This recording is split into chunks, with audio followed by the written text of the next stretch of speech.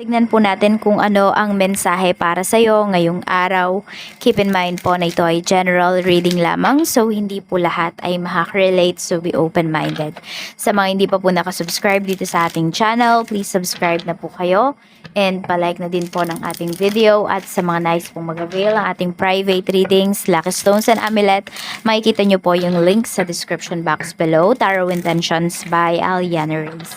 Tignan po natin kung ano ang mensahe para sa iyo ngayong araw na ito. Energy po natin for water signs. Water signs, ano ba yung energy mo ngayong araw na ito? We have the Empress, sobrang maalaga po ninyo. Hindi ko alam kung may buntis ba dito or buntis ba yung asawa ninyo or meron kayong kakilalang buntis. Ayan. Pero karamihan na pinapakita dito sa inyo ay pwedeng meron kayong gustong umpisahan. Water signs, ayan po, pwedeng ganadong-ganado kayo sa mga gawain ninyo ngayong araw na ito. So, positive yung energy ninyo. Actually, magaan siya. Tignan po natin ano pa yung mensahe pagdating sa pamilya. Kamusta po yung pamilya? We have 5 of Wands. Pagdating sa family, pwedeng meron ditong nagdidiskusyon. Yung aga-aga pa lang, pwede pagkagising mo pa lang water signs, is mayroon nang nagsisigawan. Meron naman dito, pwede po na kung nasa malayo kayo, parang itatawag pa sa inyo na ay, hindi okay si ganito, tsaka si ano, ganyan-ganyan. So, alam mo yon may katahimikan ka dito eh. Tapos, ayan, some of your family members, pwedeng, ayan, magsasabi pa sila ng mga problems kahit malayo ka, o kaya naman, kakagising mo pa lang, yun. Medyo may toxic ka dito ng mga family members. Meron kasi dito, mainit naman yung ulo ngayong araw. Very aggressive siya. Parang ano kasi, kaya sila nag-aaway kasi walang gustong magbaba ng pride. Pwedeng mga magulang mo yan, pwede rin naman ng mga kapatid mo, or pwedeng mga anak mo yan. Tignan natin, pagdating naman po sa friends, we have 9 of Cups. Ayan, pwedeng may ikakasal ka yata na kaibigan. May kaibigan ka kasi dito na yung mga wishes niya, yung parang sinasabi niya lang sa'yo before, kinikwento niya lang sa'yo, ngayon nangyayari na. So, pwedeng may invite ka, o kaya naman, ayan, mag-share siya sa'yo ng blessings. Sobrang bait nung kaibigan mo na to. Oo.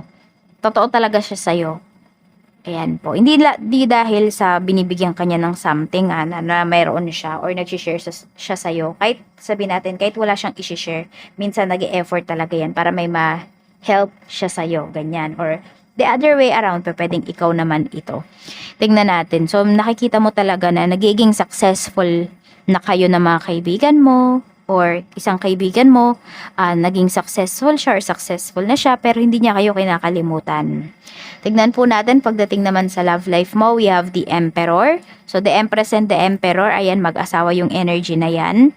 So, ayan po, pagdating sa love life, makikita mo talaga na very responsible yung person mo, very responsible yung ikaw to, pwede rin na ikaw pala to.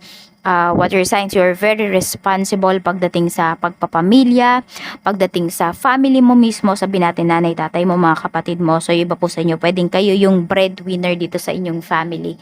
So, you're happy kasi nakakapag-provide kayo. Ayan. And, ayan, kung meron naman kayong kinikilala, meron kayong nakakausap, water signs, sinasabi naman sa inyo dito ni Universe na yung taong kausap ninyo, may disiplina yan. So, kung ano yung sinasabi niya sa'yo, ayan, sabihin natin, 90% naman sinasabi niya, or could be 80% ang sinasabi niya totoo. Okay, siya talaga yon yung sinasabi niya. Pero syempre, kilalanin niyo pa rin, okay?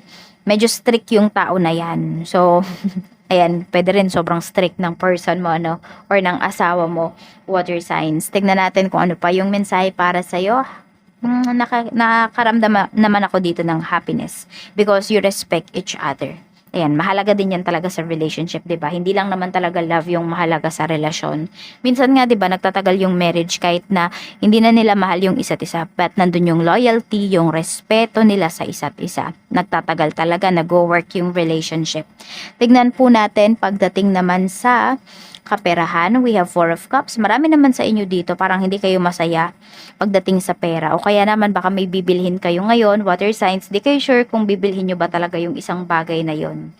Oo, nag-iisip pa kayo, nagdadalawang isip pa kayo. You have the money for some of you. Pero, hindi nyo din alam kung bakit ba nagdadalawang isip kayo. Matagal nyo nang gusto yung bagay na yon. Bakit ba kayo nagdadalawang isip kung bibili nyo ba or hindi? Ayan po. Siguro, parang as time goes by, kahit sabihin natin, yes, gusto mo yung bagay na yun, pero baka may mga mas mahahalaga pang bagay na nagpo-front ngayon, na pumapronta sa'yo ngayon. Kaya, pwedeng kahit gusto mo to, hindi mo siya mabili-bili. Ayan po. Tingnan natin. Yung iba naman, ang hihinayang kayo kasi pwedeng same design pero different brand or different brand. I don't know, basta. Parang ganun. Parang you miss some opportunity para doon sa isang bagay na yon na gusto mong bilhin or para sa isang opportunity na yon. Kaya nalulungkot naman yung iba sa inyo dito. Yes, you have the money pero wala naman na yung gusto mong bilhin kasi pwedeng naunahan ka na ng iba. Tignan po natin pagdating naman sa iyong career. Kamusta naman po ang career ni water signs? We have page of one. So yung career mo dito, growing pa talaga siya. Ang dami mo pang madidiscover pagdating sa iyong career. Pagdating sa trabaho. Yung iba sa inyo water signs, di ko lang alam kung gusto niyo na bang lumipat ng work. Pero ayan, some of you kasi is very adventurous. Curious kayo sa mga bagay-bagay. So meron dito, parang gusto nyo namang mag-try. Kung hindi man sa ibang trabaho yan, I mean ibang company, pwede po na same company but different, ano to? Management, parang ganun. Different, sa ibang department naman, parang ganun pala. Yung iba sa inyo, parang gusto nyo maikutan lahat ng department dyan sa inyong trabaho. We have 3 of Cups. Ayan, mukhang meron ditong celebration pagdating sa work. So, mag-enjoy ka talaga. Pwedeng may mga inuman, baka merong may birthday na ano mo, na kasamahan mo dyan sa trabaho. So, baka magpapakain siya or magpapainom mo siya. Meron tayo dito, pagdating sa business, ang ganda ng business mo because we have Queen of Pentacles. You're very practical, you're very nurturing, and ayan, parang alam mo yung pag nakita ka pa lang nung kliyente mo, water signs, bibili na talaga siya sa'yo, or prospect ka, client mo, mapapa-oo mo ka agad siya. Ganyan ka kagaling. Meron tayo ditong page of cups, pero ito, mag-ingat din kayo ngayon kasi pinag-iingat kayo dito ni universe dahil meron kayo ditong mga clients na hindi talaga siya ba mapagkakatiwalaan, na feel nyo na yan, malakas yung pakiramdam ninyo, kaya sundin po ninyo. Okay? Huwag na kayo magdalawang isip. Tingnan nyo, mapapakamot kayo sa ulo ninyo kapag kayo ay, ayan po, pag kayo ay, sabihin natin, tinanggap nyo pa yung client na to. Alam mo kung bakit, kung ano-ano pong dahilan yung gagawin niya para hindi niya makuha yung in-order niya sa inyo, ganyan. Parang ano ba, meron dito, hindi siya meron gantong client. Mapapakamot ka na lang talaga sa ulo. Bakit? Kasi pwedeng magda-down payment naman yung client mo na yan. Kaya lang paghihintayin niya kayo talaga. Ganun, hanggang sa hindi niya nakuhanin. Alam mo yun, parang nasayang yung, kunwari, pagkain man niya, nasayang yung product, ganun. Pero nagbayad siya kahit kalahati, ganyan. Ewan ko, may mga ganun kasi, di ba? Parang kakaiba yung trip ng tao na to, ganun na lang natin sabihin, nung client mo na to. Hindi ko alam kung masaya siya pag may nasasayang. May mga ganyang tao. Ewan ko, iba-iba ng trip. May ibang trip ka na client na makaka-deal dito ngayong araw. So, mag-ingat ka na lang kung ayaw mo ma-stress. Kasi pwedeng ma-stress ka pa rin kahit na binayaran niya yung 50%.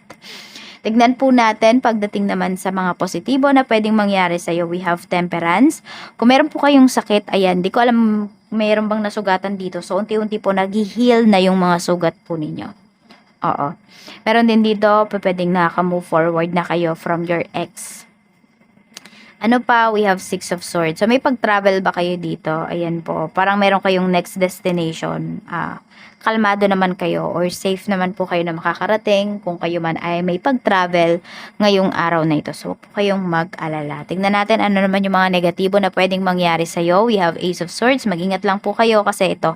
Pwede nga, sabi ko nga, iba sa inyo, pagkagising nyo pa lang may nag-aaway na. So, ayan po. Pwede kasi magiging mediator ka dito. Pero ang bagsak, ikaw yung masisisi. Parang sa huli, ikaw yung sisisihin. Kaya mag-ingat ka na lang. At saka kung meron kang alam dito na katotohanan ngayon, water signs, signan mo kasi baka madamay ka nga sa gulo ng ibang tao. So, pwedeng manahimik ka na lang muna ngayong araw na to. Ayan. Yun yung pinakamaganda mong gagawin. Okay, kung ayaw mo ng stress.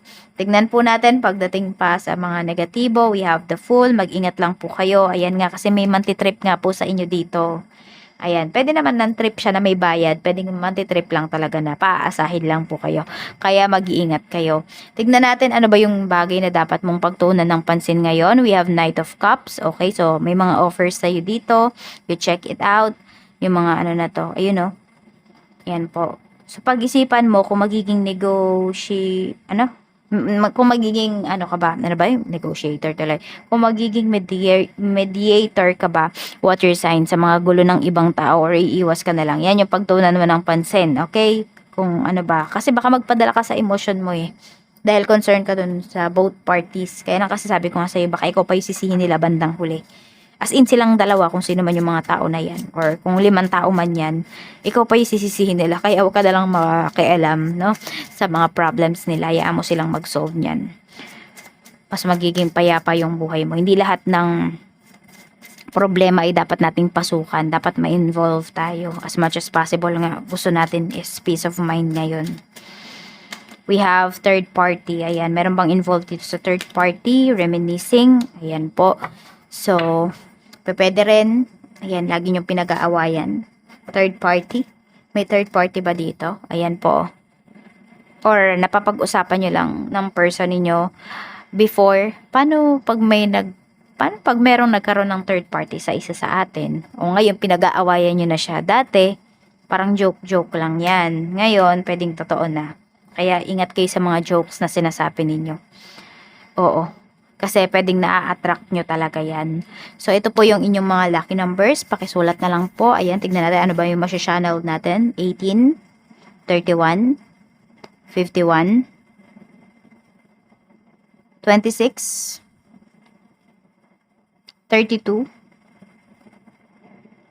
and we have number 2. Ayan po yung inyong mga lucky numbers. Kung hindi nyo po narinig, i-replay nyo na lang po. Iusad nyo ulit dun sa timeline. Sa time. Hindi ko alam kung anong time yun. So, ayan lang po. Maraming salamat. Mag-ingat po kayo always. More blessings to come. And sobra ko po kayong na-appreciate sa araw-araw na pagbalik ninyo dito sa aking channel. Bye-bye!